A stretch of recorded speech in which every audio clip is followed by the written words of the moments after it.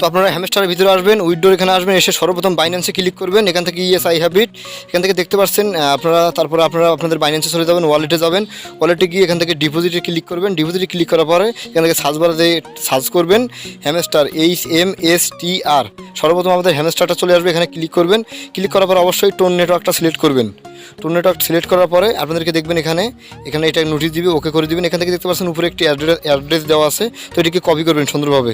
Copy করার পর আপনারা আপনাদের হ্যামস্টার চলে যাবেন এবং আপনারা হ্যামস্টার অ্যাড্রেসে এই কপিটা যেটা করলেন এটাকে আপনারা পেস্ট করে দিবেন, সুন্দরভাবে পেস্ট করে দিবেন। সুন্দরভাবে দেখে শুনে এটি পেস্ট করবেন ঠিক আছে কিনা। এরপরে মেমোতে চলে যাবেন, আবার আপনারা আপনাদের বাইন্যান্সে চলে যাবেন।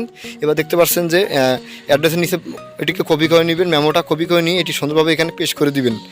এখান থেকে পেস্ট করে দিবেন। পেস্ট করে দেওয়ার পরে আগে মিলিয়ে নেবেন সুন্দরভাবে যে ঠিক আছে কি না। অবশ্যই এটি ভুল করা যাবে না। আমি যদিও একটু আমার ভুল মনে হচ্ছে, তো আমি আবার কিন্তু আসলে এটিকে কোর্স করে দিব। দেওয়ার পর আমি কিন্তু আবার নতুনভাবে নিব।